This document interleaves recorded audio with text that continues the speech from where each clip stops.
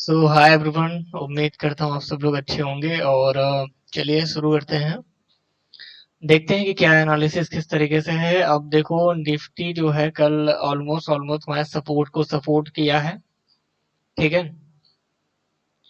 और जहां तक मुझे लग रहा है कि अगर कल यानी नेक्स्ट वीक अगर इसके नीचे क्लोजिंग नहीं देता है तो शायद इसी सपोर्ट से फिर हम लोग अब ट्रेंड की तरफ थोड़ा सा बढ़ेंगे, या फिर इसी को होल्ड करके हम एक हो सकता है कंसोलिडेटेड मार्केट देखें। बट कहानी यही रहेगी कि अगर इसको क्लोज तोड़ता नहीं है तो थोड़ा सा पॉजिटिव भी साइन आगे देखने को मिले।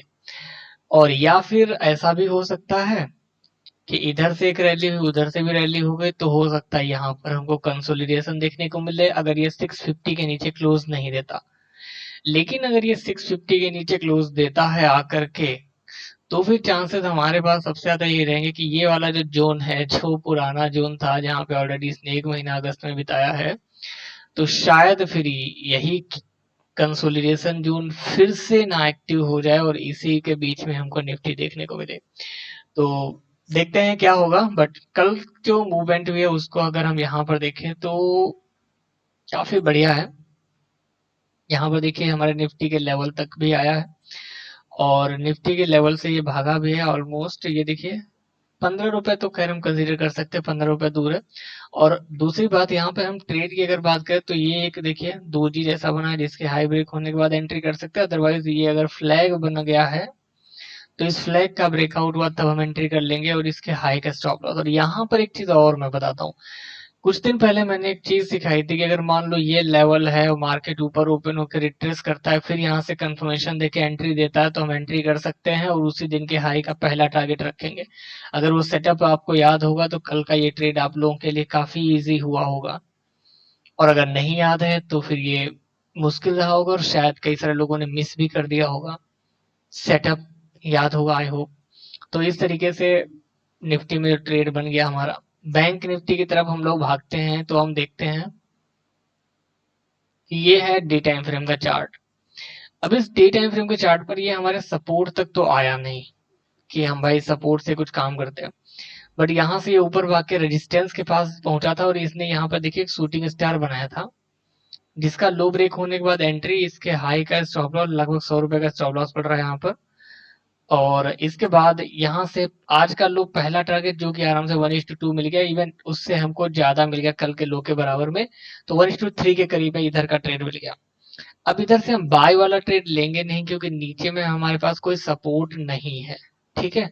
फिर ये यहाँ से ऊपर की तरफ भागता है और ये ब्रेकआउट देता है यहाँ पर ऊपर की तरफ। अब यहाँ पे दोजी भी बना रहा है तो इसका हाई ब्रेक होने के बाद हम बाय नहीं करेंगे। ये जो दोजी बना रहा है 11 बजे, इसका हाई ब्रेक होने के बाद बाय नहीं करेंगे। भाई देखो सर सर आपको हो गया सर, देखिए लेवल भी टूट गया, हाई ब्रेक हो गया, इसके ऊपर बाय कर लेंगे। नहीं करेंगे क्योंकि ये यहाँ से यहाँ तक की रैली करके अगर डायरेक्ट स्टॉक नहीं भागता है, थोड़ा रुकता है। फिर यहाँ पे ब्रेकडाउन और रिटेस्ट देता है तो इन दोनों कैंडल को मिला करके देखो इनसाइड बार भी हो गया। ठीक है। ऊपर से ये वाली कैंडल अगर आप देखें तो ये वाली कैंडल ने शूटिंग स्टार भी बना दिया। तो इन दोनों के हिसाब से यहाँ पर एंट्री सेलिंग वाली बनी है बट स्टॉप लॉस ये जो किसने हिट कर दिया। तो यहाँ पर एक हमारा स्टॉप लॉस हिट हो गया लगभग 100 रुपए का। यानी इधर जो हम लोगों ने पॉइंट बनाए ये 200, इसमें से 100 रुपए इधर चले गए। 170 200 250 का पॉइंट है, मान लो इधर 100 रुपए चले गए, 150 पॉइंट अभी भी आपके पास प्रॉफिट है। हाँ ये है कि ये जब रेंज टूटी दूसरी एंट्री मिली, अगर आपने ये दूसरी एंट्री ली तो फिर से इसमें लगभग 200 पॉइंट 250 पॉइंट फिर से मिले हैं। तो ये इधर का भी एक काफी बढ़िया ट्रेड मिल गया जहाँ पे ये रेंज टूटा है और फाइनली यहाँ से एंट्री करके यहाँ तक आपको 200 रुपए तो मिल ही रहे हैं। तो ये काफी बढ़िया बैंक निफ्टी का भी इवेंट ट्रेड हो गया और काफी बढ़िया ट्रेड हो गया, इजी भी था। अब आगे बढ़ते हैं तो हमारे पास आ जाता है फिन निफ्टी। फिन निफ्टी में देखें क्या किया। फिन निफ्टी में ये पहली कैंडल है कल की, ऊपर गया हुआ मार्केट। ये दो कैंडल एक साथ बना रहा है जो कि इनसाइड बार है नहीं क्योंकि शेडो ऊपर निकल रहा है। मार्केट नीचे आया फिर ऊपर गया फिर नीचे की तरफ आया। तो यहाँ पर इसने क्या किया, इस ग्रीन और रेड कैंडल को माने तो ये थोड़ा सा इनसाइड बार बना जिसका ब्रेक किया लो, तो एंट्री लेंगे जिसमें टारगेट थोड़ा छोटे पड़ रहा है, स्टॉप लॉस लेकिन बहुत बड़ा पड़ रहा है। तो क्योंकि स्टॉप लॉस बहुत बड़ा है तो हम एंट्री नहीं उठाएंगे। फिर ये रिट्रेस करके ऊपर से नीचे की तरफ आता है तो यहाँ से एक एंट्री दूसरी बन सकती है जो शूटिंग स्टार बनाया, जिसके बाद साइडवेज होगी। 1 घंटे का जो साइडवेज है 1.5 घंटे का, ये अगर हम लोगों ने कर लिया सहन, तो फिर इसमें मोमेंटम नीचे की तरफ आई है जिसमें 2 बजे तक ये नीचे गिर के आया जहां पर हम एग्जिट मार सकते हैं। तो ये एक बढ़िया ट्रेड यहाँ पर था। ठीक है, अब इसके बाद हमारे पास जो स्टॉक्स थे उनमें चलते हैं। तो सबसे पहला स्टॉक आ जाता है हमारे पास आईजीएल। आईजीएल में ये सपोर्ट था ट्रेंड लाइन का, जिसके ऊपर इसने पहली कैंडल कल बनाई थी, जिसका हाई ब्रेक नहीं हो पाया, तो यहाँ पर बाय तो हुआ नहीं, फिर ये ब्रेकडाउन की तरफ नीचे आया। अच्छा, ब्रेकडाउन में हम नीचे की तरफ सेल एंट्री डालेंगे, स्टॉप लॉस हम डालेंगे क्योंकि ये ब्रेकआउट है तो इसके हाई कैंडल का। अब इसके मैं लेवल के ऊपर का स्टॉप लॉस इसने रखूंगा यहाँ पे एंट्री, और ये स्टॉप लॉस यहाँ पर। स्टॉप लॉस काफी बड़ा पड़ रहा है इस 400 के स्टॉक के लिए, तो हम ट्रेड नहीं लेंगे क्योंकि इतनी बड़ी स्टॉप लॉस को हम यहाँ से नहीं रख सकते। 400 का स्टॉक है, या फिर हमारे पास थोड़ा सा मोमेंटम के और भी बेटर चांसेस हो गए। अगर आप बैंक इसको आईजीएल को डे टाइम फ्रेम से देखें तो ये ऑलमोस्ट 3-4 दिन से वैसे भी गिर रहा था। ठीक है, तो थोड़ा सा हमारे लिए रिस्की भी हो सकता है,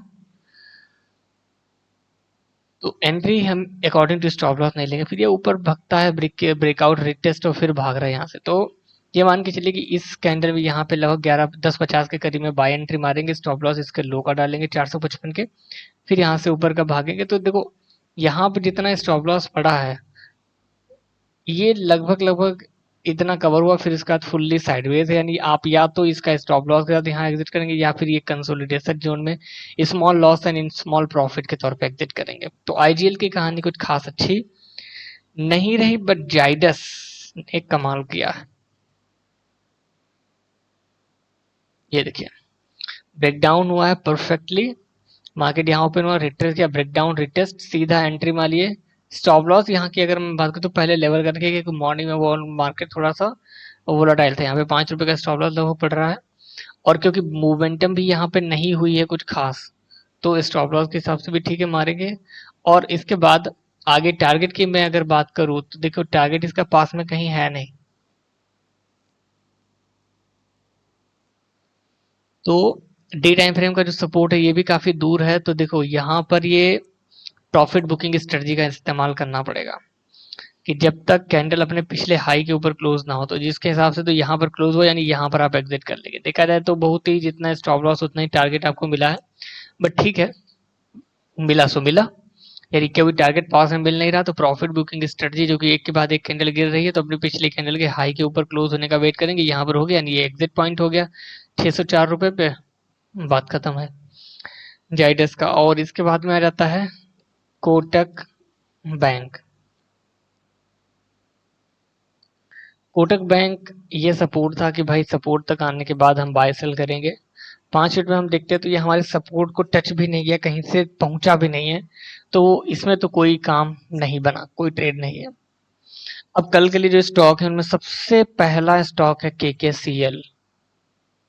केकेसीएल क्यों लिया हुआ है, ये कंसोलिडेटेड है ओवरऑल। ठीक है, कंसोलिडेटेड है तो इसमें मूवमेंट मिल सकता है ब्रेकआउट पर, अगर कल ब्रेकआउट होता है तो ये रेंज बना रहा है, यानी 706 के ऊपर निकल जाए ब्रेकआउट दे दे तो बाय करना ज्यादा सही रहेगा, सेफ। और सेलिंग की साइड थोड़ा सा रिस्की जरूर हो सकता है, क्योंकि इसमें देखो ये डैश डैश टाइप का ये कहानी बन जाता है, अगर ऐसे स्टॉक चलेगा तो छोड़ दीजिएगा इसको।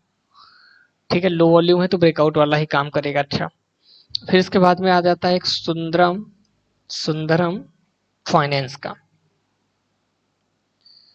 सुंदरम फाइनेंस में डबल टॉप जैसा कहानी बनाया हुआ है। ये देखिए 2982 का लेवल है, सेलिंग के लिए इसके नीचे हम सेल कर सकते हैं। इसका हाई है 2992 का, जिसके ऊपर में हम बाय कर सकते हैं अकॉर्डिंग टू कंफर्मेशन के हिसाब से लेंगे। और बाइंग ही मिले तो ज़्यादा सही पे, या वैसे यहाँ पर सेलिंग भी होती है तो भी कर सकते हैं, क्योंकि अगर सेलिंग आती है तो जिन लोगों ने बाय किया होगा तो सेलिंग में और मतलब प्रॉफिट बुकिंग में काम बन सकता है इसमें। ठीक है, फिर जेएसडब्ल्यू स्टील एक दूसरा मतलब तीसरा स्टॉक है हमारे पास जो कि डबल बॉटम बना रहा है।